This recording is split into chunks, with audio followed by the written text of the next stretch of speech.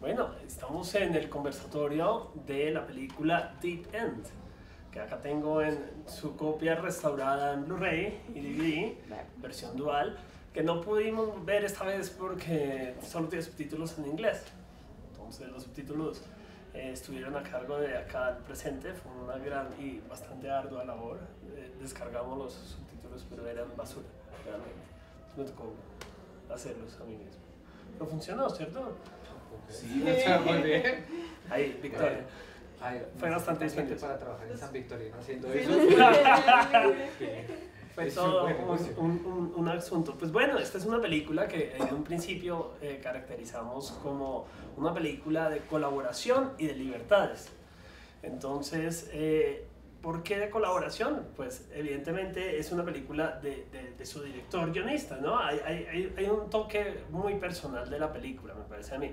Pero es un polaco haciendo una película en Londres y en Alemania, con un equipo bastante mixto de nacionalidades. Y pues bueno, entonces yo quería hacer una pregunta a Daniel. Pues aquí nos acompaña el doctor Daniel Monge, yo soy Diego Felipe Reyes. ¿Sí? ¿Qué pensaste de la película? ¿Sí? En tus impresiones. Claro, esta es la primera vez que veo la película, nunca la había visto antes, entonces tampoco sabía mucho que esperarme. La impresionante hoja de vida del director habla por sí misma.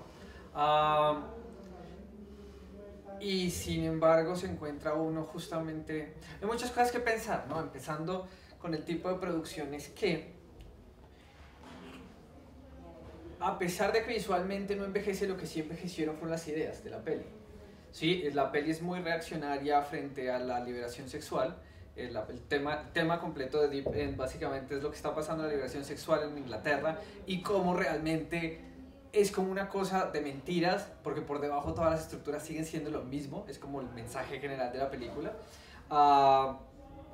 Y uno se da cuenta pues que la idea del director de pensar que estas cosas solamente suceden en la superficie, pero que por debajo el trauma sigue siendo el mismo, que por debajo el inglés sigue siendo el mismo, que por debajo lo mojigato no cambia, a pesar de que esté cambiando y a pesar de que se hable públicamente.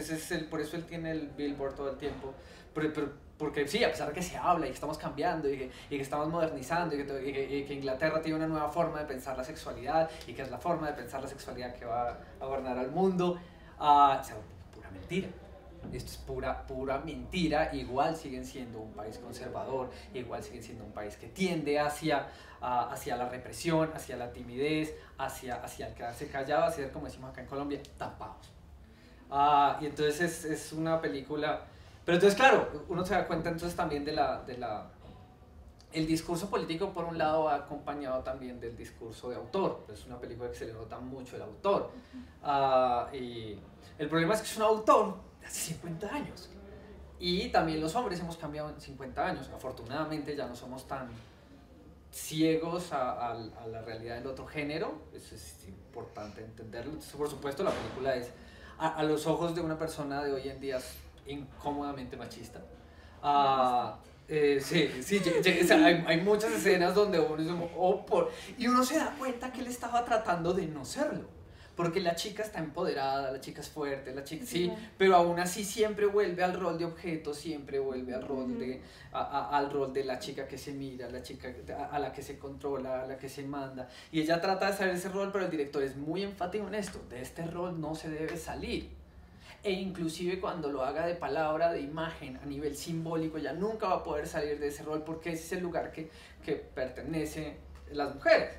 Y bueno, es una película que para su tiempo fue muy liberal y hoy en día para nosotros es todo lo contrario. Entonces es increíble pensar cómo ha cambiado la sociedad en 50 años. Eso me parece muy bonito de verla, de ver lo que hemos cambiado los hombres en los últimos 50 años, de ver lo que afortunadamente los cambios que se han generado en la sociedad y ver que las mujeres ya no son ese objeto del hombre, ese sujeto a mirar. Está interesante, ¿sí? Como pensar esas cosas, como empezar lo chévere de esta película es que en su discurso es tan evidente que le genera a uno todas estas corrientes. Sí, claro, porque es que sí, es incómoda de ver. La película tiene esto, uno la está viendo y uno se siente tan incómodo como cuando el abuelito empieza a decir cosas que no debe decir porque el mundo ya cambió, abuelito. Esta película está cargada de todas estas cosas. Y por otro lado, a nivel formal, es una película que en su tiempo fue vanguardia y lastimosamente también el cine cambió. Entonces, claro, es una película de cámara fija, es una película de cámara anclada porque era bajo presupuesto. En esa época Cranes y Dolly solamente tenían las grandes producciones, de eso uno cuando hacía cine chiquito, ¿no? A nivel de composición, supongo que la película originalmente está hecha a 35 milímetros. Sí, nosotros nos tocó ver una versión. Pero todo más a nivel composicional, la película tampoco ofrece mucho y entonces uno siempre, cuando regresa al cine de los 70, se acuerda de que a nivel, es la pelea de Truffaut, la misma pelea de Truffaut siempre, ¿no? Es una película que a pesar de que este director tiene como la idea de empezar a pensar sobre todo el color, está muy emocionado con los colores. Lo que sí todavía les gana en esta época es lograr la relación entre lo que se expresa y la forma en la que se expresa. Porque y yo siempre bueno, no solo yo, muchos críticos siempre han relacionado este problema, sobre todo en los 70s, por esta creencia de que los espectadores se habían vulgarizado. Es la primera vez que se habla de que los espectadores del cine se vulgarizaron, porque hasta antes era gente que se estaba sofisticando para aprender el cine, y en los 70s ya empezaron a decir, bueno, se vulgarizaron. Sí, es la primera vez que pasa, y este discurso se nota un poquito, ¿no? Trata de ser como claro, trata como de apuntarnos, trata de tener unos encuadres como muy tradicionales, muy académicos, con unos colores, con un juego de colores súper interesante, porque claro, se nota que el Technicolor lo emociona, y se nota que el Technicolor puede sacar todo. Eso es una lástima, que el Technicolor se haya acabado. Me preguntaste qué había pensado, perdón, me demoré mucho. No, está bien. De hecho, precisamente preparando esta charla, entonces la revisité, ya era la tercera vez que la veía entonces, y con este pedazo, entonces sería como la cuarta vez. Me pareció una revisualización bastante refrescante. Yo tuve una primera impresión también, sobre todo me asombra muchísimo. Voy a comenzar por lo que mencionas de lo formal, porque entonces yo también tenía una impresión de que la película era un poco rígida, y sobre todo está todo el escenario de la locación, los sets de la piscina, los interiores, no la piscina como tal, sino donde están los baños realmente, o sea, no la piscina sino los baños, y me parecía un poquito como puesta, ¿cierto? Un poquito teatral, en cierto modo. Este es un poco lo que tú estás diciendo. No obstante, en esta segunda vez o tercera vez ya entonces me di cuenta una cosa, de que así como hay eso, hay una increíble movilidad de la cámara. Entonces ahí me remití a cómo habían filmado, y muy sorprendentemente toda la película, toda, fue hecha a mano, cámara en mano. Y con una cámara que es chiquita, no más grande que esto, todo fue. Entonces, impresionante es, y precisamente mirando un making of de la película, que el camarógrafo tenía un pulso asombroso. O sea, lo que tú estás diciendo es absurdo, porque es precisamente todo, y lo mencionan los otros integrantes del equipo, que él tenía la cámara muchas veces aquí porque era mucho antes del Steadicam, y necesitaban planos que eran, y lo tenía acá, así, de una rigidez absoluta y impresionante, porque entonces, bien dijiste, eso parece un soporte, y es así. Hay momentos en que es absolutamente pero también hay un montón de dinamismo en ciertas escenas, ¿no? Entonces él escoge cuándo moverse, ¿no? Es una cámara, y precisamente es algo que yo quería hablar. Es como lo contenido y lo liberado, ¿sí? Porque así, digamos que hay algo que yo quería presentar aquí en el foro, y era su puesta en escena. Entonces era un poquito más allá de lo que representa la película, que estoy casi de acuerdo con lo que menciona Daniel de las posturas del momento, ¿sí? Eso es una película Es una película de su momento, ¿no? O sea, es una película que es una radiografía. Hay películas que uno valora porque son un poquito lo que llaman en inglés timeless, ¿cierto? Es como universal. Pero hay otras películas que son como radiografías de un momento específico, de un sentir, de una tendencia, de una vanguardia, de un montón de confluencias creativas y de elementos que me parecen súper interesantes. Y precisamente esta película es eso. Mencionando una de estas cosas, precisamente la película empezó a tener cierta notoriedad dentro de los círculos pues, de espectadores, porque entonces empezó a mostrar una Londres que ya no existe. Pues sí existe, pero de otra forma, ¿no? Sobre todo el área de Soho, donde está la prostituta, donde está el club. ¿Sí? Eso fue en Londres, pero muchos otros de las locaciones eran sorprendentemente en Alemania. Casi toda película, en un 80%, fue filmada en Múnich, incluyendo el parque donde estaba la nieve y todo eso fue hecho en Múnich, básicamente. La piscina, el Soho, eso sí fueron en Londres, pero digamos que los baños y la mayoría de los interiores eran, y muchísimos de estos actores, uno escucha también parte de la factura ahí, es que es muy inglesa, ¿no? Por eso es que hay un interés ahí, por ejemplo, pues este DVD que fue hecho y toda la restauración por el BFI, ¿cierto? El British Film Institute. ¿Y por qué? Porque captura algo de Londres y de lo británico, ¿cierto? Pero es una película alemana. Los derechos de la película son alemanes. La productora es alemana y fue filmada en Alemania, casi toda. No obstante, uno diría que es británica, ¿cierto? Tan engañosamente es así. Y tampoco lo es, porque es polaca. Finalmente tiene un punto de vista que es de una persona que estaba inmerso en un montón de situación. Evidentemente no le juega al censor británico, ¿no? Entonces es una película que inmediatamente quedó, sí, inclusive se burla de la imagen británica, ¿no? Ese tipo de películas que hacían los británicos, que eran hasta bien entrados los 80s, hacía mucha película de chica mostrona, como esas mexicanas, como esas películas que uno crea todo el guión solo para poder encuerarlas de vez en cuando. Los británicos también hacían mucho de eso, hacían mucha comedia y ponían a Benny Hill a corretear chicas en ropa interior por todos lados, y era como una cuestión, y se burla mucho de esto, se burla muchísimo, no solo en la parte donde es obvia la burla, sino hay muchísimos planos que son típicos de ese tipo de cine, porque pues no solamente existía en México, sino había cine de ese tipo por todo el mundo.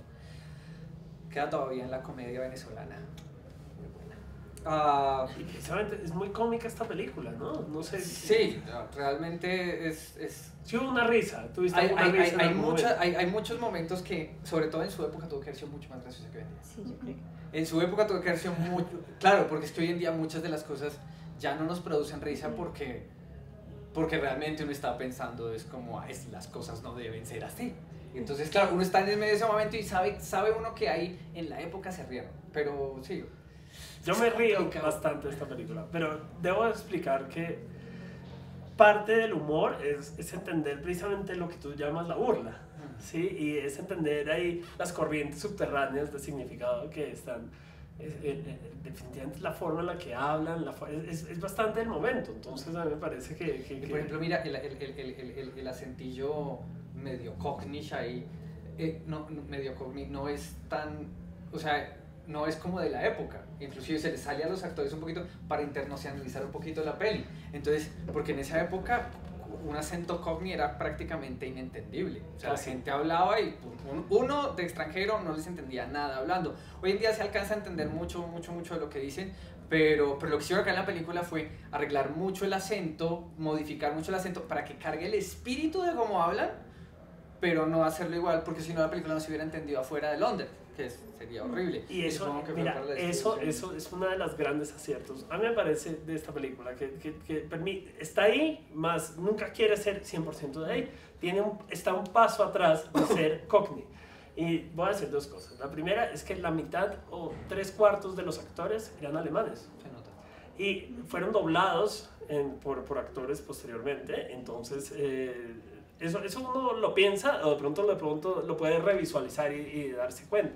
Pero muchos que uno no pensaría están hablando, pues están haciendo lip syncing ahí, pero están doblados después con ese acento que es netamente británico, ¿no? Pero eso es un acierto, me parece a mí, en la puesta en escena, porque no se preocuparon de eso, pensaron más en la caracterización, uno no está pensando esta persona es alemana, ¿no? Son de allá, son perfectamente de allá. Y por otro lado, los protagonistas, ambos son personas, según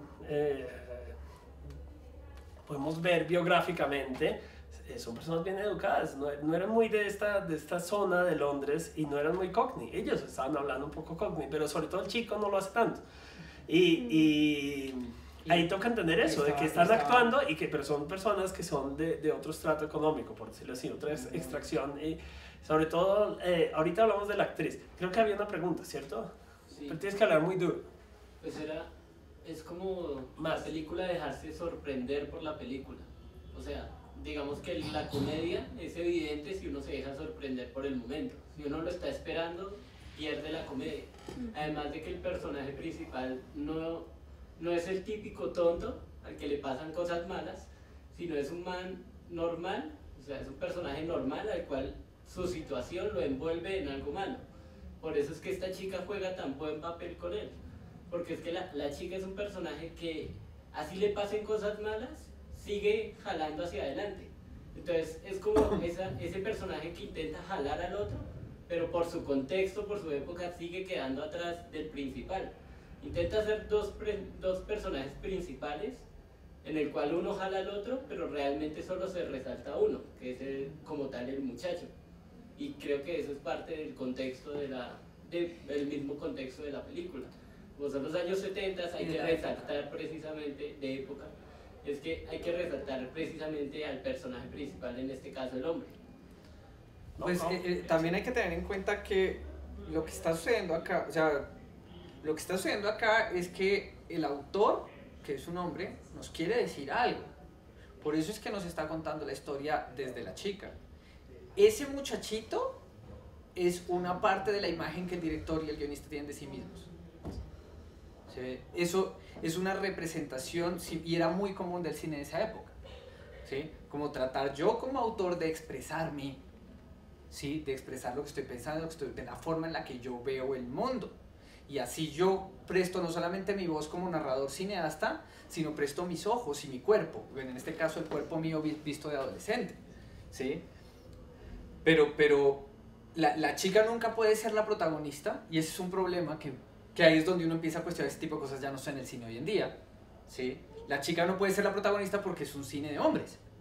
Es un cine que está contando problemáticas que le importan a los hombres. ¿Sí? Que está contando todo desde como lo ve un muchacho de 15 años. Y ahí es donde el director, para la época, era súper liberal. Porque en esa época él estaba tratando de mostrarle a todo el mundo, miren, nos comportamos como niños de 15 años.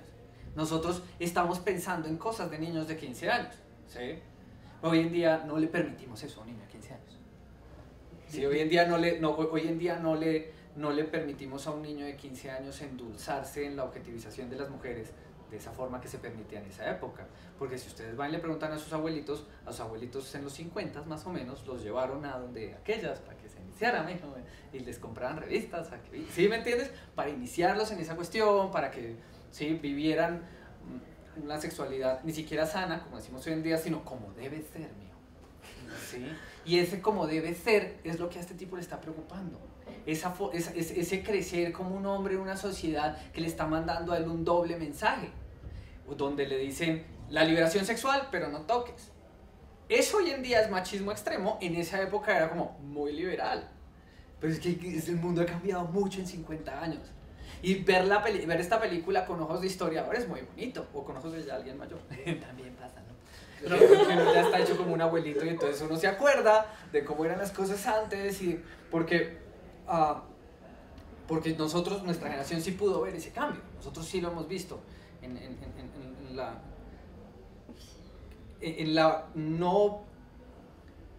la igualdad, simplemente. Es que simplemente es poder permitirnos que hoy en día, cuando la historia esté narrada desde un hombre, sea femenina.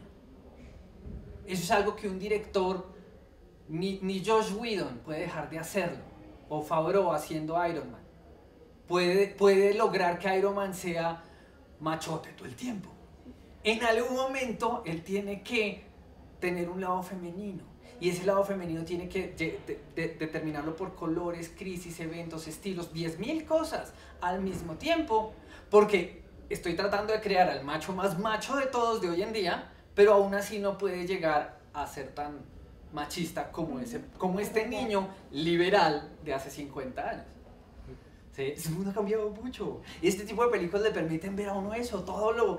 Afortunadamente, ¿no? Bueno, lo que ha cambiado en estos ambientes, ¿no? De todas maneras, obviamente estoy hablando acá de cómo ha cambiado el mundo y ni siquiera se pone uno a pensar Asia, África, Rusia, Irak, Irán, que eso no ha cambiado nada, entonces sigue igual.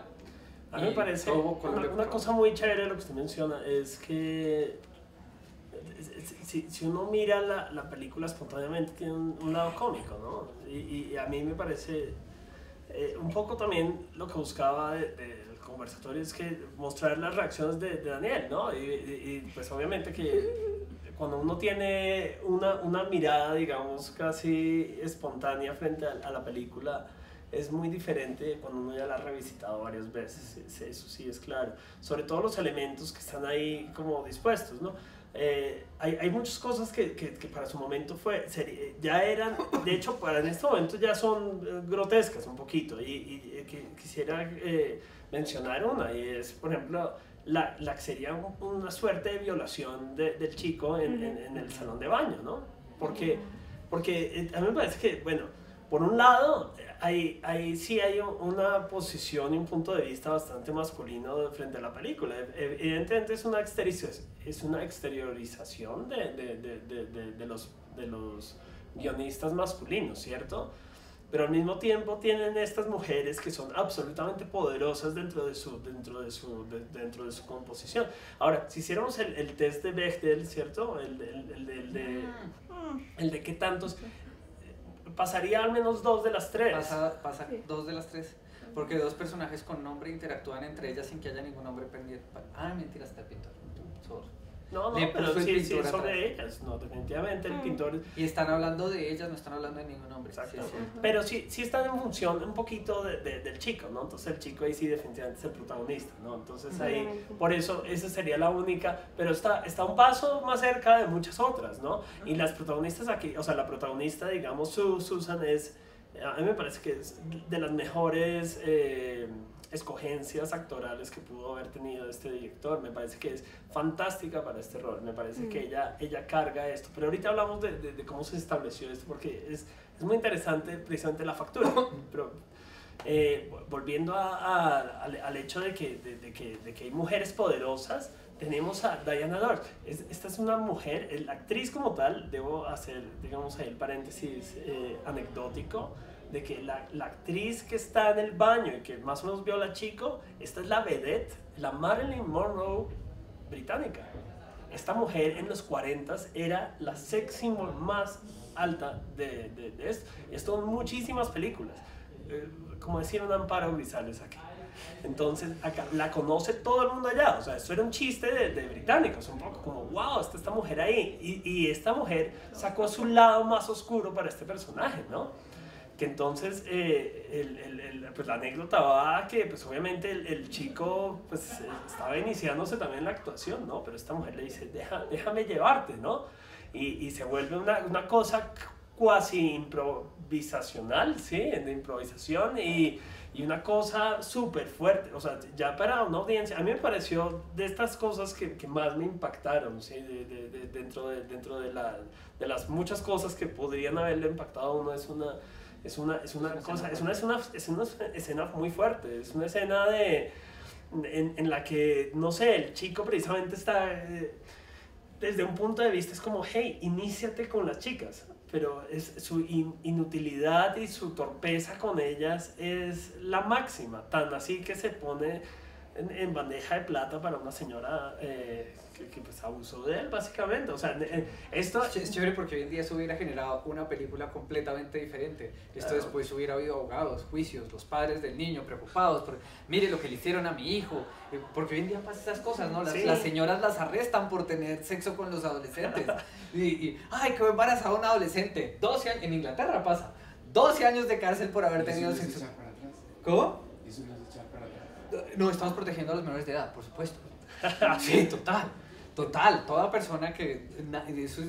nadie debe meterse con los menores de edad de ninguna forma. No importa si es mujer o hombre. Y si es un quinceañero calenturiento, tiene a las quinceañeras calenturientas. Que es como la novia que estaba ahí, ¿no? Sí,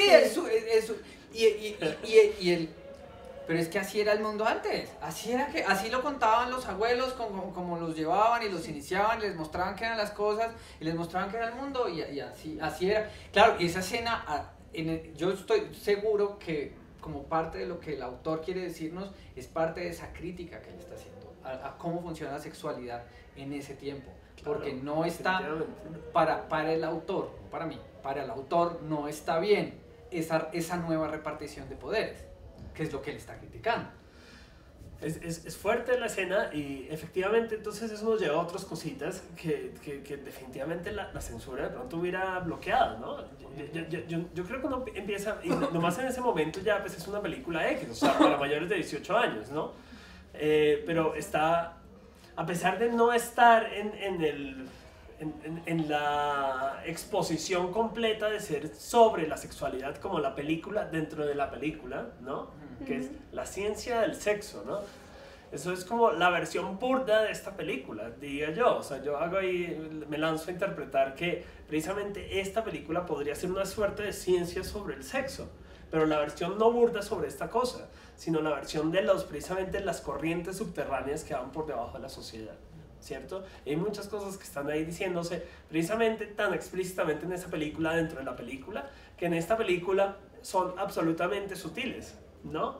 Que es cómo es la sexualidad femenina, porque la película, dentro de la película, vale la pena decir, es sobre la sexualidad femenina. Está diciendo por qué hay tanta ciencia falsa sobre la frigidez femenina. Eso es lo que están diciendo ahí en esa película. Entonces hay un comentario ahí sobre la sexualidad femenina, y es qué tanto puede estar libre esta chica.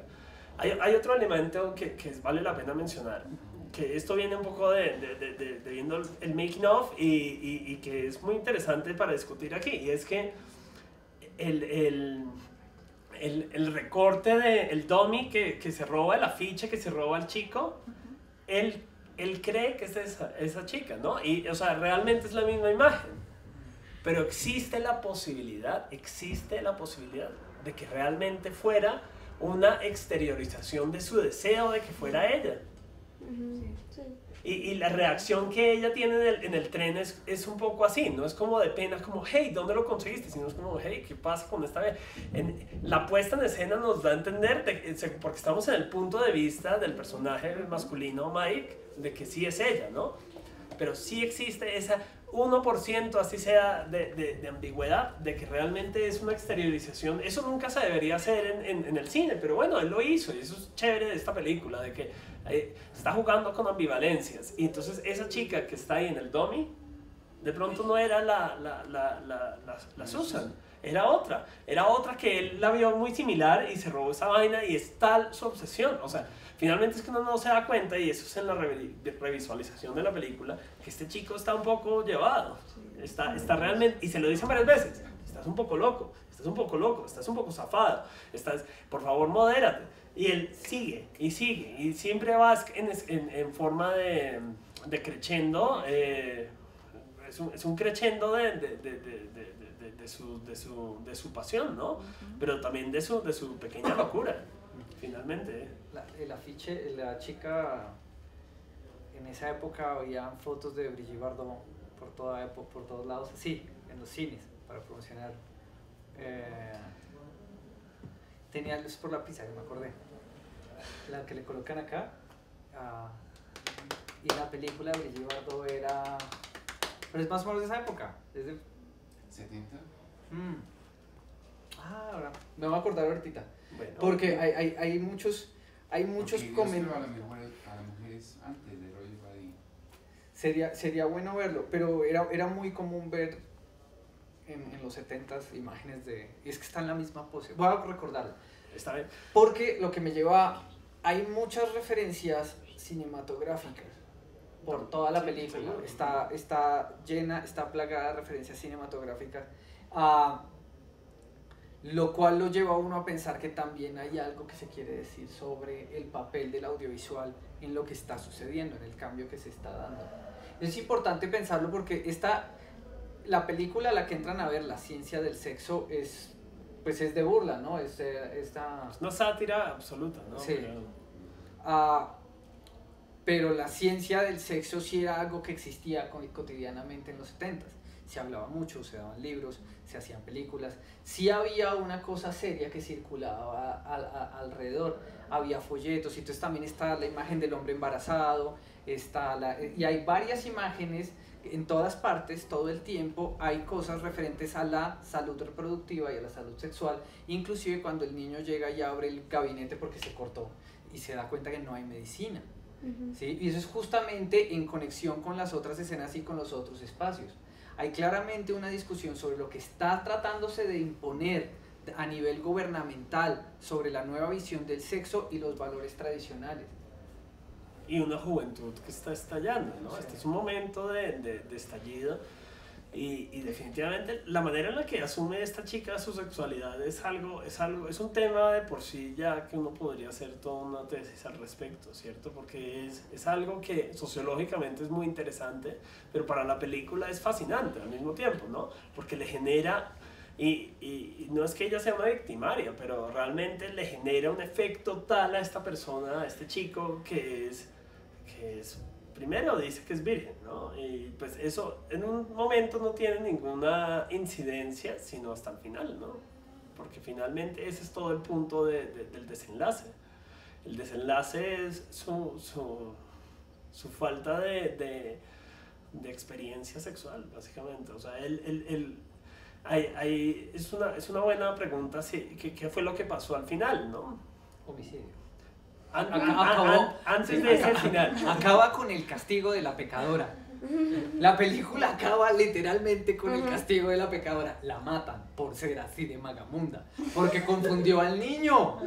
Le enseñó lo que no era, lo confundió tanto que merece la muerte. A mí no me parece que esa sea la interpretación. No, de hecho está es muy interesante esto.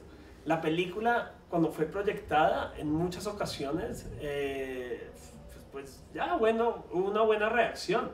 Pero una de las que menciona Jerzy es que en el Festival de San Francisco la gente quedó súper impactada y después le dijeron, ¿cómo puede volver una película tan divertida algo tan trágico? Y él les menciona, y acá yo les menciono, que la película fue construida precisamente en reversa frente a esa escena. Esa escena fue algo que ocurrió en la vida real cuando él estaba, precisamente ese fue el detonante creativo de toda la película, porque él estaba en Londres y leyó en uno de estos tabloides que habían matado a una chica en una piscina. Entonces él se preguntó, ¿no cómo llegaría a matar a alguien en una piscina además? Entonces hizo toda la construcción para llegar ahí, ¿no? De qué tan descabellado está el chico. Precisamente hay una forma... Precisamente lo que dices ahorita es un poco de castigar a la chica y ponerlo a él como si fuera... Pero él es el victimario, definitivamente está... Y de hecho ese era el punto de vista de él. En toda la película, lo que les decía ahorita, de que todo el tiempo le están diciendo, estás loco, le están dando unas pautas, pero el personaje es muy simpático, ¿no? Genera muchísima empatía. Al menos eso me parece a mí. Que a mí me pareció después de Antoine Duanel me pareció uno de los mejores personajes juveniles que puede haber. Sus aventuras son muy interesantes.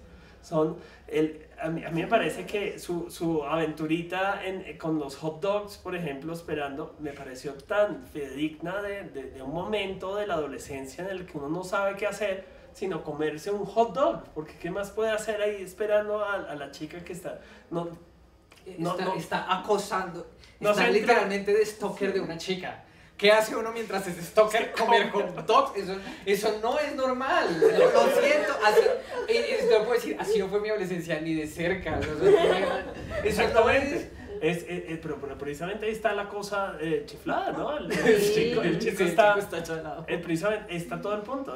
Pero a mí me parece que es súper genuina la puesta en escena en el sentido que está comiéndose un hot dog porque eso es lo que haría un chico de 15 años. Sí, o sea, ¿qué más puede hacer? Exactamente, como que en su imaginario es normal comerse un hot dog mientras uno está estoqueando a una chica. Entonces, precisamente tienes toda la razón, es todo menos normal. Pero uno está dentro del punto de vista de él y uno sí se deja llevar por el momento, ¿no? Y de hecho, vale la pena también mencionar, acá botándoles anécdotas sobre la película, que el actor que hizo del vendedor de perros calientes era también otro actor consagrado, ¿no? Que le da todo un peso y una gravedad a la escena que es muy interesante, ¿no? Porque entonces es un gag continuo, ¿cierto? Sí. Es un chiste, esa es la comedia de esta película que a mí me encanta tanto. Porque precisamente dentro de esas corrientes, si fuéramos a valorar moralmente solo la película, precisamente uno diría, esta vaina es supremamente X. Es una película, no, y además está súper fechada en el sentido de que, pero uno la mira y precisamente algo bonito, pues esto es una versión súper personal aquí, de que a mí me genera una gran y positiva reacción a esta película. Sí, me parece que está muy bien hecha en muchos sentidos, a pesar de que temáticamente efectivamente es pesada. ¿Sí? Si uno la reflexiona mucho, pero eso fue uno de mis indicadores o uno de mis... una de las pautas que di al comienzo de la película. Dije, sientan la película más que piensen la película. Si uno siente la película, uno se deja llevar por el chico, ¿cierto? Y uno dice, bueno, está castigando a ella, lo que sea. Pero si uno ya la piensa mucho, entonces uno se da cuenta de un montón de cosas que son pesadas, ¿no? Que ellos mismos, los realizadores y todo el mundo, tenían esa postura. Ellos decían, hey, esta película no es tan fácil como aparenta ser. ¿Sí? Esa es la reacción de la audiencia de San Francisco, ¿sí? Es como, era una comedia un poco inmoral, era una comedia inmoral que usted volvió en una tragedia, pero finalmente todo es una tragedia, ese era todo el punto de la película, esto es una tragedia de que alguien llegue a estas alturas. Yo solo digo, hubiera podido morir él, hubiera sido interesante que hubiera muerto él, hubiera sido interesante que se electrocutaran los dos. Porque yo estaba pensando que se van a electrocutar, sí señores. Pero, porque era un final interesante, ¿no? Como shakespeariano. O sea, todo el mundo, Yo también lo pensé, de hecho debo decir que yo tuve una duda revisando la película de la electrocución, también porque tiene la tetera, ¿no? Y yo dije, ay, se van a electrocutar. Pero finalmente la historia era eso, de que un pelado mató a una chica en una piscina. Entonces, el tipo construyó la película alrededor de eso. Por eso es que no lo cambió. Y a pesar, en todas las revisiones que hubo, porque les conté que habían 3 guionistas, eso era algo intocable. Exactamente. No, y de todas maneras, la regresión venía desde ahí. De todas maneras, hay que tener en cuenta que en esa época, en los 70s, era normal, pero era la forma de ser del cine. Si la chica se había comportado así, tenía que morir. O sea, no es algo extraño, y para la moral de la época era como las cosas eran. Por eso es que ellos lo ven como natural. Y estoy seguro que hoy en día ellos todavía se reúnen y les preguntan, sí, eso es normal, o sea, así fue que la planeamos, pero hoy en día nadie hace ese final.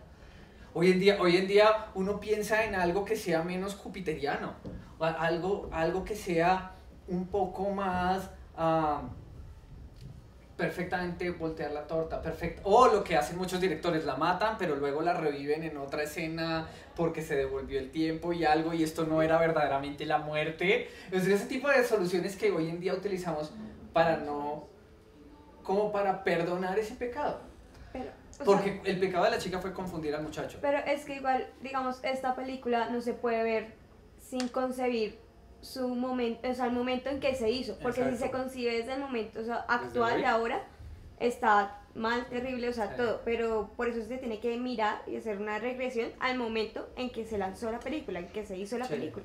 Pero tendría que aportar al día de hoy. ¿Cómo? Tendría que aportar al día de hoy, pero si no envejece mal. No, pero es que yo creo que sí está envejeciendo mal, pero para una persona que conoce de historia o que le interesa los eventos comprendidos entre mayo del 68 y junio del 76, uno encuentra muchísima riqueza en esta película como objeto de estudio para entender qué era lo que estaba pasando en el mundo en ese momento. Pero la película, como lo dice Diego, es una radiografía de su tiempo y no es una película que hoy en día se pueda mostrar por la tele, por ejemplo, así como, sí, casual, como de vez en cuando ponen en películas viejas acá y, ¡ay, sí, qué bonito! O sea, la estrategia del caracol sigue siendo chévere. Sí, la estrategia nunca va a pasar de moda porque es bonita, inocente, los valores no han cambiado mucho. No, en la clasificación, o sea, es que esto es una... Sí. En la televisión no se pasan películas X. No. ¿Sí me entienden? No, o sea, fuera de eso tiene desnudos, tiene sexo, tiene un montón de cosas que la hacen de una película difícil. Sí. Tiene una mujer violando a un niño. Tiene una mujer violando a un niño. Pero entonces, Eso, uno ya está acostumbrado a que sean los curas en las películas. A mí me parece que esta película, bueno, hablando un poco de lo formal, ¿sí? Quisiera mencionar esto de que la factura de la película, o sea, la creación de la película a mí me parece supremamente fascinante, ¿sí? Ajeno a la película misma. Hablando de la producción, me parece supremamente interesante que sea un polaco que se alió con alemanes y le hizo en Londres porque quiso y todo el tiempo es así la película porque tenían muchísima libertad creativa, tenían toda la libertad posible. Puedo preguntar por el director de fotografía porque la fotografía por me supuesto. pareció increíble. La fotografía fue hecha por un señor alemán. Ahí están los créditos. Créditos, sí, acá ¿Sí? están. Entonces, este señor alemán, pues fíjense que entonces, hablemos de la puesta en Charlie escena. Steinberg. Uh-huh. Sí, Steinberg. Entonces, ¿cómo se planteó un poco la puesta en escena? Yo quiero decirles que la forma en la que se hizo esta película, ¿Verdad? claro, Esa parte. Yo voy a ir mostrando como cosas de la peli para los que también los veo en YouTube. Así como... Bueno, esto no lo censuran. Menor de edad. Tú sigue. ok. Entonces, la puesta en escena aquí viene siendo algo muy, muy interesante para mí. Es interesante, pero Ya está. no. Distrae a toda la audiencia de lo que estoy diciendo. Entonces, la puesta en escena, finalmente, es de una escuela europea que me parece muy interesante. Sí, es una puesta en escena que permite muchas libertades y tiene que ver con el hecho de que el director es un actor. ¿Sí?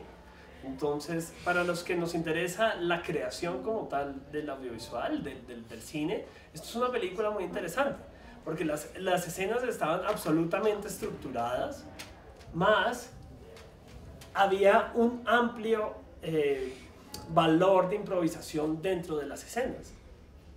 Y ese valor de improvisación es fundamental para que precisamente se sienta tan espontánea la película, ¿cierto? Y para que haya una suerte de rapport entre los personajes, porque ellos estaban generando las dinámicas dentro de las escenas, sin inventarse todo el diálogo, sin cambiar la escena. No era ese tipo de improvisación, son experimentos controlados. Y eso es algo que precisamente viniendo de una escuela europea, viniendo de haber estudiado en Londres, me doy cuenta de que esta película, en cierto modo, es mi escuela. En cierto modo, el resultado como está hecha, o sea, ajeno a su temática y todo, su creación, su factura, tiene esta característica continental transversal que es de influencias de un montón de diferentes lugares y que fue construida de una manera que tenía muchas libertades. Y es como, haz las cosas, mira a ver hacia dónde vas, ¿sí? Y eso es muy bonito precisamente de ver esta película. Entonces yo digo, bueno, en ningún momento no me creo la relación entre ellos. La relación de ellos está muy bien construida. Esta es mi opinión, ¿sí? Es sujeta a debate, obviamente, de cualquier persona que pueda decir que le pareció la peor película. Pero a mí me parece que esta película tiene cosas muy bonitas. Y precisamente también tiene que ver ahí que la libertad de las escenas era correspondiente con la libertad de la cámara. Entonces había un decoupage, ¿sí? Había una planeación, había una planeación y una planimetría. No obstante, la manera en la que estaba moviéndose la cámara también generaba una suerte de dinámica con los actores. Y eso es un poco testimonio de los que estaban haciendo esto, pero me parece que es evidente en muchas escenas. Ahí precisamente en la revisualización uno se da cuenta de que ellos vienen, hay un blocking bastante concreto, ¿sí? Y que nació un poquito de la espontaneidad, pero al mismo tiempo de la libertad de la cámara, ¿no? Porque entonces, precisamente siendo una cámara en mano, él estaba todo el tiempo pendiente de seguir la acción, ¿cierto? De seguir las cosas. Precisamente ahorita que mostrabas el afiche del hombre embarazado, mucho del diálogo de esa escena fue improvisado por la actriz. Entonces, evidentemente, esto es una cosa bastante simpática. Es una ficha de verdad, además. Esto es una ficha que pidieron permiso para poder usar. No es para la película, sino sí de verdad existía. Entonces, la puesta en escena definitivamente depende mucho de los actores. Hay un momento en el que el director sale en la película. El director es cuando están en el metro, hay un pasajero que está leyendo un periódico polaco, un periódico comunista.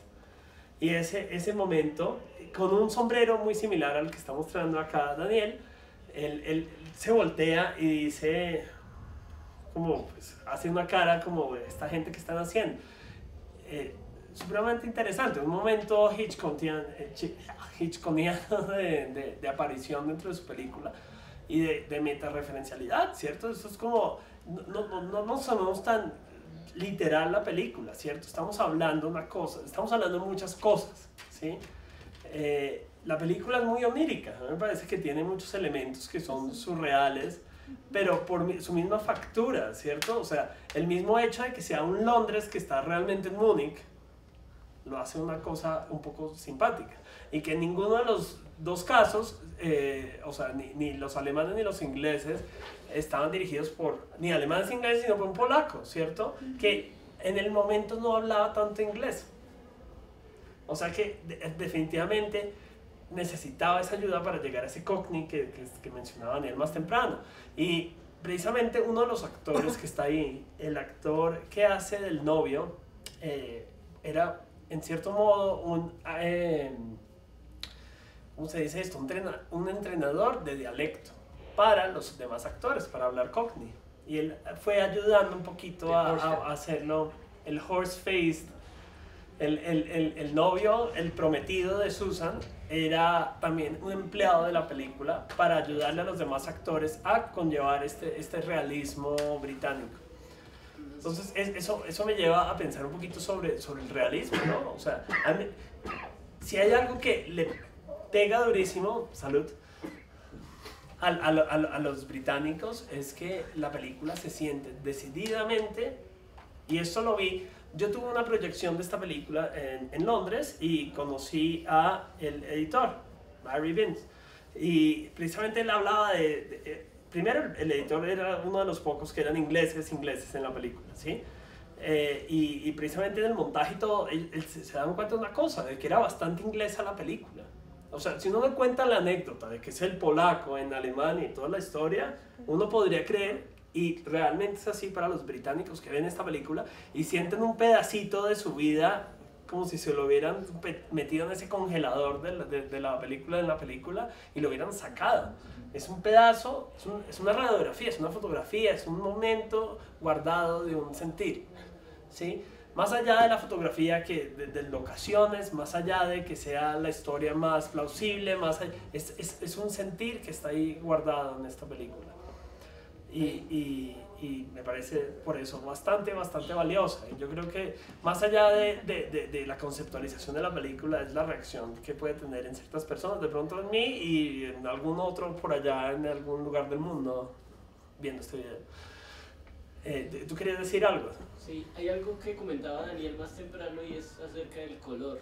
A mí me gustó mucho el uso del color como significado de lo que está pasando en la película. Digamos, la situación de la parte en la que el pintor aparece detrás echando el rojo, ese rojo tan vivo cuando están las dos así como enfrentadas. Una premonición de la muerte. Exacto, ¿no? Y que después exactamente es como, o O sea, uno llega a pensar que esa misma caneca de rojo, ese rojo que sobró de esa caneca que le echaron a esa pintura, fue la que se regó más adelante en la piscina. Claro. Incluso el blanco, o sea, utilizar la nieve cuando cae la joya de la chica, utilizar, o sea, me gustó mucho el uso del color, el amarillo en el traje de ella que estaba presente y era muy evidente todo el tiempo, era un amarillo que no era así como soy parte de esta pedazo y ya, sino que era un amarillo que se veía, o sea, era un abrigo que decía me está protegiendo acá. Pero al mismo tiempo, esta soy yo, Exacto, ¿cierto? sí. Y cuando me lo Uno no coloco, puede obviar de alguna forma a esta chica porque está ahí, ¿no? O sea, hasta con su abrigo está ahí. sí, ese amarillo me representaba a mí mucho, yo, ya viene. Y ahí llegaba a eso. Sí, no, de hecho, cómo comienza la película, fue un poco truncado en la experiencia acá del Cine Club, fue una gota de esa pintura, ¿cierto? Sí. ¡Pam! Entonces, todo el tiempo, yo por eso intenté como dar la pista en el sentido de, hey, acá la puesta en escena tiene elementos significativos que son muy importantes, ¿cierto? Definitivamente la dirección de arte tuvo mucho que ver. Sí. Y fue fantástica, me parece a mí. Tuvieron un referente en Jack Demy. Es algo que investigué y pues muy interesante porque pues Jack Demy en alguna de sus películas entonces precisamente utiliza en el París una digamos paleta de colores muy vivaz como la que vemos acá, ¿no? De hecho es muy interesante que de los primeros diálogos del protagonista es decir, yo pensé que esto iba a ser blanco. Sí. Y ok, ¿por qué diablos están hablando del color? Pero con todo es precisamente un símbolo, ¿sí? Es muy bien pensada esta película en ese sentido. Tiene precisamente, entre más uno la explora, más se da cuenta de que todo estaba ya telegrafiado, muy telegrafiado. Sí. Cuando pasa la falsa alarma del incendio, y viene la cajera con el extintor que se le explota, ¿no? Ese es el final. Eso es lo que pasó, básicamente. Esa fue mi interpretación, ¿no? Pero está sujeto a interpretación, ¿no? Pero eso es una pista que... Eso es lo que le pasó a este chico estando con Susan. Tú tienes su único momento con ella y ¿qué pasó? Pues lamentablemente explotó antes del tiempo. Entonces... Él la mató, cometió homicidio. No fue un accidente. No, pero yo no estoy hablando de ese final, Daniel. No, o sea, del final de antes. O sea, Daniel de que terminó antes. Sí, yo estoy bloqueado en ese bucle. Terminó mucho antes de empezar. O sea. Sí, no, estamos hablando de cómo está en la piscina. Precisamente es lo que él está persiguiéndolo al final, desnudo por la piscina, diciéndole, por favor explícame. Y lo que quería que él le explicara es cómo la embarró en la cama. O sea, pues teniendo sexo, exacto. Porque nunca lo pudo... Entonces le dice, pero ¿cómo fue con tus novios? Sí. Explícame, por favor, explícame porque no sé qué hice mal, ¿sí? Es la falta de absoluta experiencia. Precisamente está todo muy telegrafiado, ¿no? Entonces, la sangre, el problema del chico, ¿no? El problema del chico también, al tener una novia, decide tener eso es bastante pueril, ¿no? De tener algo en sus manos porque la noviecita se está ofreciendo a él, realmente es así, ¿no? Es como, tenemos la misma edad, queremos estar juntos, podemos estar juntos, y él decide, no, yo no quiero, he madurado. Es que su objeto del deseo es otro, o sea, él no quiere algo que le sea fácil, sino quiere a Susan, que es una mujer que han tenido otros, pero que no ha podido tener. Exactamente, es la objetivización absoluta de alguien, pero al mismo tiempo es muy fascinante, ¿no? O sea, es la radiografía de una obsesión. Y me recuerdo entonces esa película de Buñuel del oscuro objeto del deseo, ¿no? Ahí sí mencionada hace un segundo precisamente esto es... bailando para los japoneses. No, es una locura de cómo alguien puede caer en esa... ¿Quién es el malo ahí? ¿Sí? O sea, yo soy de una escuela de antimoralización del arte, ¿sí? O sea, sí yo intento... Hay cosas completamente inmorales desde una perspectiva y definitivamente eso desde los tiempos de Platón es como el arte es de corrupción, ¿sí? O sea, el que mire esto como si fuera... no sé, un instructivo para la sexualidad juvenil está perdido, ¿cierto? Este chico está un poco demente. No obstante, es un diagnóstico de una obsesión, es un diagnóstico amoral, pero al mismo tiempo fascinante, porque uno no puede dejar de mirar cómo el chico está perdiendo la cabeza. Tomás, el chico está demente para los estándares de hoy en día. Sí. Porque mucha gente se comportaba como él en muchas otras películas, sin que fueran dementes. O sea, esto era un comportamiento normal en todas las películas. Y muy interesante cómo los estándares contemporáneos de demencia, o precisamente de la ética, ¿no? Porque hay que reevaluarse todo el tiempo, ¿sí? O sea, mañana nos van a ver nosotros de una perspectiva y van a entender a nosotros como también unos inmorales, probablemente. Eso es la continua dinámica ética de nuestra sociedad. Yo creo que ya llevamos harto tiempo, ¿cierto? Pero quisiera mencionar una cosa, de que también esta chica, no sé si escucharon a los Beatles bastantes veces. Sí. Lo puse a propósito porque esa canción en particular fue escrita para Jane Asher. Ella era la novia de Paul McCartney. Y durante muchos años era la sex symbol ahí. O sea, realmente todo el mundo en ese set estaba intimidado por esta mujer y estaba enamorado de ella. Era la mujer, sí, era súper dominante, ¿no? Tan así que puede ser de esas pocas que, pues, dejó atrás al Beatle más, digamos, icónico y al mismo tiempo nunca ha hablado al respecto. Y la escogencia de la actriz tiene que ver un poco con eso. Obviamente que el director sabía que tenía ese... Si hay alguien que vuelve loco a alguien, ajeno a que esté bien o mal, era esta mujer. Que volvió hasta loco, pues no loco, sí, pero sí fascinante la relación que tuvieron los Beatles, por ejemplo, con esta actriz, ¿no? Entonces la vieron y todos quedaron enamorados de ella, todos. Y finalmente, entonces McCartney salió con ella. Es algo que intenta, digamos, contextualizar, más no intento, digamos, banalizar y decir, no, es que ella entonces era, solo por ser la novia de los Beatles, entonces es que vale en esta película. Al contrario. Es solo contexto, es muy buena actriz. Es una excelente actriz, me parece que lo hace muy, muy bien. Y con muchos otros méritos, no solamente la actuación. Sí, divina, sí, definitivamente. Y más allá de uno puede hipnotizarse con una mujer así. Y definitivamente, ¿cómo sería esta película con otro casting? Sería completamente otra película. Sería, y con otro director, definitivamente, ¿no? Porque entonces, una de las cosas que estaban en el visor es una madura puesta en escena versus un montón de aventuras muy pueriles, muy adolescentes, ¿cierto? Y me parece que todo es así, está muy bien calculada, es una película que es espontánea, pero al mismo tiempo súper controlada, ¿cierto? En la dirección de arte, en la fotografía, en las actuaciones, el casting, todo está perfectamente hecho, las escenas muy bien calculadas, su incidencia. Obviamente quitaron muchas escenas del montaje que de pronto sobraban, ¿sí me entienden? Y en ese sentido es una película que nos da mucho de qué hablar, ¿no? Acá. ¿Cómo interpretan ustedes por qué el chico la mató? Le mató la lámpara. Es que Daniel dice, ¿cómo es? En el final el chico ha sido llevado a la confusión. Esa es mi interpretación. El chico ha sido llevado a la confusión por la sociedad y por esta mujer. Así está planteada la película. Y en medio de esa confusión, él está buscando respuestas, por lo cual se pone un poquito violento.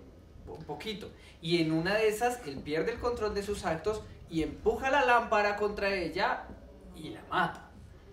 Pero inclusive la muerte también de la chica se vuelve otra cosa y con relación a lo del cartel, un poquito erótica y lo de la muerte, un poquito pasado.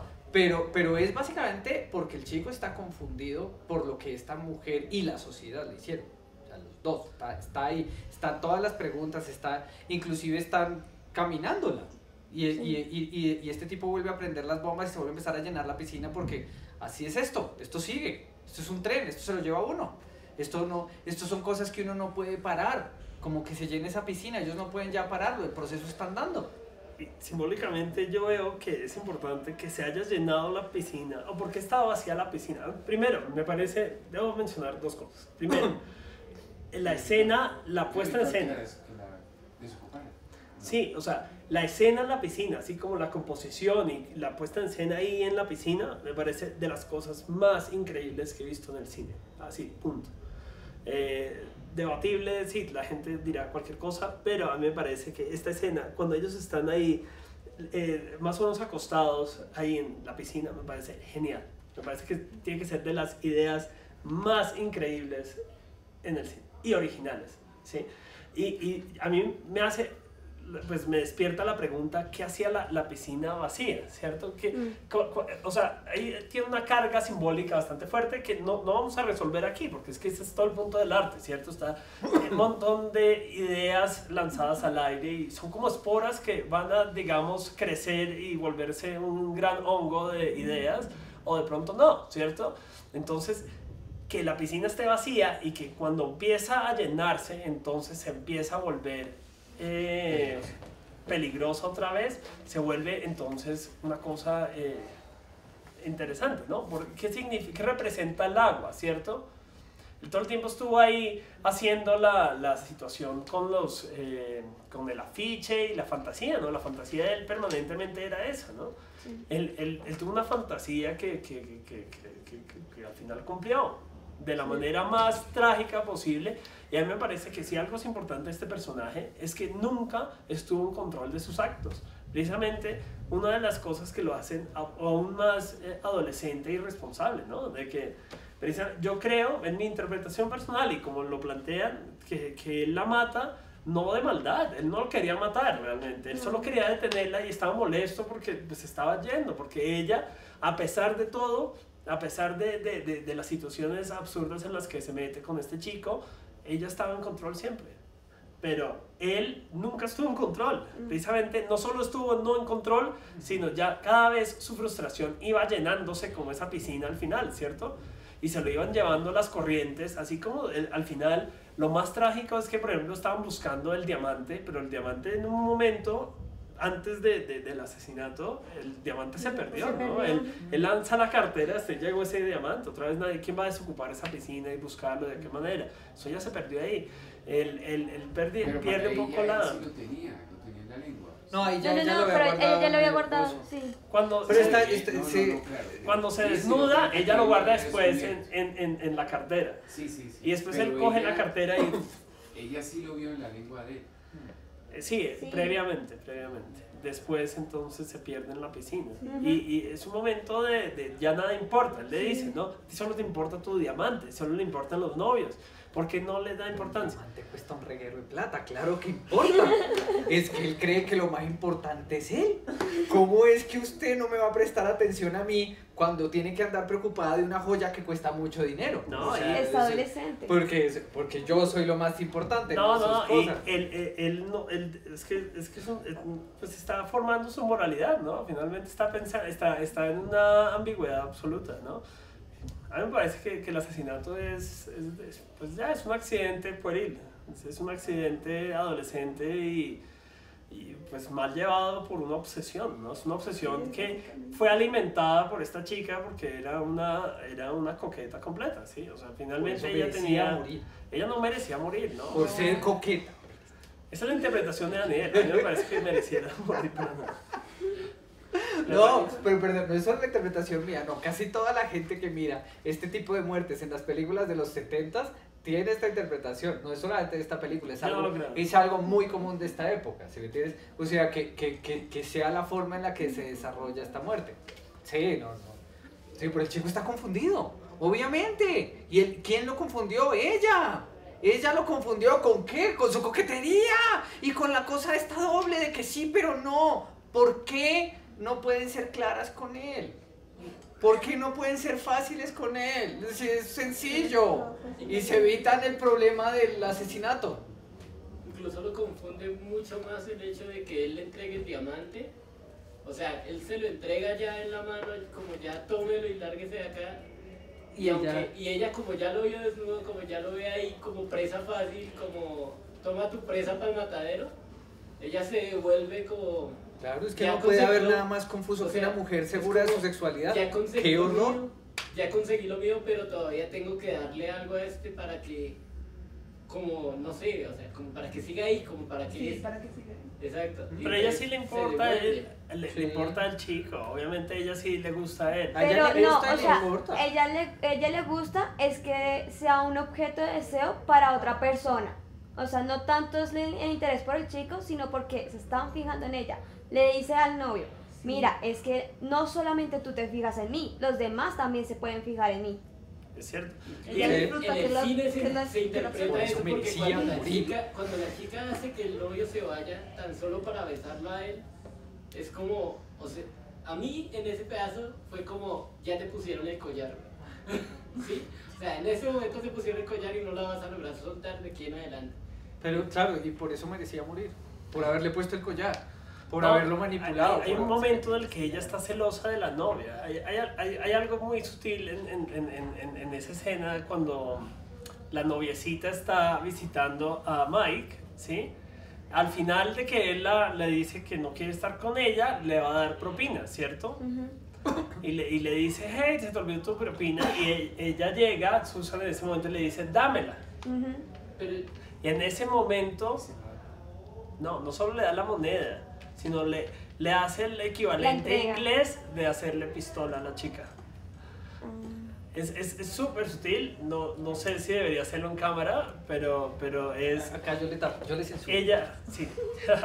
Ella hace un símbolo que es así, que esto es supremamente... Eso es la pistola en Inglaterra, eso es como lo más grosero que hay. Entonces ella sí está diciendo, esta china, ¿qué se hace metiendo en mi zona, no? Esta es mi zona. Pues por eso, porque es que a ella le gusta ser el objeto de deseo. No es Ella- tanto el interés en el chico, sino en ser el objeto de deseo de otra Y no persona. puede permitir que observe a alguien más. No Exacto. necesita ir.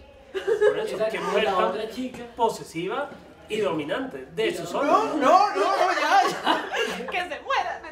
Merecía morir. Eso es. No sé por qué Daniel tiene una obsesión con la muerte de la chica. A mí, Ya, de me hecho, parece, a mí me parece parece que la muerte sí es En un ese castigo. orden de A mí me parece- Sí. sí. En ese orden de ideas, el chico está loco y todo el tiempo estuvo para arriba y para abajo, ¿sí?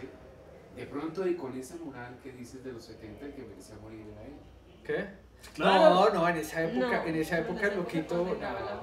Sí, En esa época tenía que morir la mujer. Eso sí, no hay. O sea, porque ella fue la que lo llevó a la locura. Y en la película está dicho. sí, de Que hecho, ella fue la son- que lo sí. confundió y lo llevó a la locura. Y ella, con toda la forma en la que manipuló a todo el mundo. Porque inclusive acá, a pesar de que están tratando de explicarme que no, me están diciendo que fue mala. O sea que. Pero fue muy mala. Pero no, fue mala. Incluso el que maneja, el que abre la llave para que salga el agua en la piscina, dice, yo tengo que castigar a esa muchacha por ser como es. Sí. dar una lección. no, algo Sí, así. eso está ahí ella, por hasta todos el lados. final, o sea, llega este man que le exige que salga de la piscina, que le exige que esto, ella dice no quiero, no es. Y 5 minutos después, o sea, menos de 5 minutos después, ya está llamando a otro para que la espere mientras está con este otro, o sea, es como... Ustedes saben, en esa época, por ejemplo, si yo fuera Pedro Infante, podía hacerlo. Sí. En mi película, la besaba una, besaba a la otra, iba y besaba a otra, iba y besaba a otra, y era el héroe de la película. Y mi hermanita se ponía brava porque alguien miraba mal a Chachito. No. ¿Sí? Porque él es el héroe, él sí puede. En esa época se podía. En esa época James Bond llegaba y besaba 10 mujeres antes de los primeros 15 minutos de la película y nada, y no había ningún problema. Nadie estaba emitiendo juicios morales con él. Con esta chica, pues sí, tiene 3 novios al mismo tiempo, problema de ella. Pero claro, toda la película está hecha para juzgar este tipo de sexualidad. No, pues, Y el obviamente. cambio, y la película sí está hecha para juzgar el cambio moral que está sucediendo en Inglaterra en este momento. Está en el afiche, está en las películas, está claramente dicho que la película dice que esto no debería ser manejado como un problema de salud pública por el gobierno, porque la idea liberal que tiene el gobierno de sexualidad no es.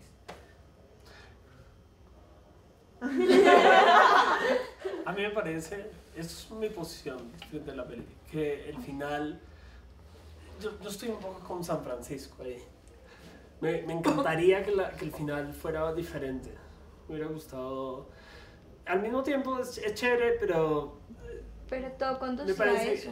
Sí, exactamente. O sea, precisamente lo que estábamos hablando más temprano es que todo Lleva a la muerte. está dirigido para allá, ¿no? Entonces es una suerte de tragedia en el sentido más originario de su postulación, ¿cierto? O sea, una tragedia tiene que acabar con una muerte o con un desenlace así. Más me parece que el viaje es absolutamente interesante. Tiene un montón de cosas que lo hacen Sí, ahí es cuando uno de pronto planteándose esto en términos abstractos, ¿no? Como un realizador y como guionistas de pronto debieron haber considerado eso, ¿no? Si matarla o no matarla, pero obviamente que estaba dispuesto ya ahí, pero la misma película era muy interesante sin ese final. Y no podían ponerse a pensar qué va a pensar la gente en 50 años. Eso sí es cierto. Sí. Ellos vivían en su tiempo, tenían su madre, no podían ponerse a pensar... pues mal hiciera uno en pensar ahorita, ay, ¿qué van a decir en 50 años de Game of Thrones? No, pues no va a ser. Algo van a decir. Bueno, entonces yo creo que hemos hablado muchísimas cosas de esta película. Yo creo que ha suscitado muchas reacciones, no solo en Daniel, sino en todos ustedes, la audiencia. Y obviamente, ojalá no sea desapercibida, ojalá la sigan viendo y que sean reacciones positivas, moralistas, sean estéticas, en la dirección de arte, que ojalá se mantenga en el imaginario colectivo, porque yo creo que Jerzy Skolimowski es un gran director, ¿cierto? Y es un gran guionista y merece tener cierto reconocimiento esta película. Entonces, ante todo es eso bastante interesante de que este director, exactamente, de que salga a la luz, ¿cierto? Y sí, yo creo que ese es uno de los aspectos fundamentales de un cineclub, ¿cierto? De que uno pueda descubrir nuevas películas, nuevos realizadores y cosas que le muevan a uno desde adentro, ¿cierto? O sea, para bien o para mal, al menos uno sabe que es una buena película en el sentido de que despierta algo en uno, ¿cierto? Y ahí sí que pues se mantiene por encima de cualquier cosa en el tiempo, ¿cierto? Más allá de que sea la radiografía, lo que sea, es algo que se ha mantenido por su misma excelencia, ¿cierto? Tiene una excelencia, me parece. Entonces, pues muchas gracias, Daniel, por acompañarme en este conversatorio tan simpático sobre Deep End o Zona Profunda. Ojalá, pues, no sé, sigamos viendo películas de Jerzy, ¿cierto? Claro que sí. Sería interesante comparar su postura y su evolución, porque sus películas, él ha hecho películas en muchísimos diferentes países y con diferentes personas. Y si, no, pues, o sea, eso es algo que uno podría verlo en diferentes contextos, ¿sí? Porque tampoco tiene una filmografía tan amplia, entonces ha hecho películas en diferentes periodos y en diferentes cosas. Sí.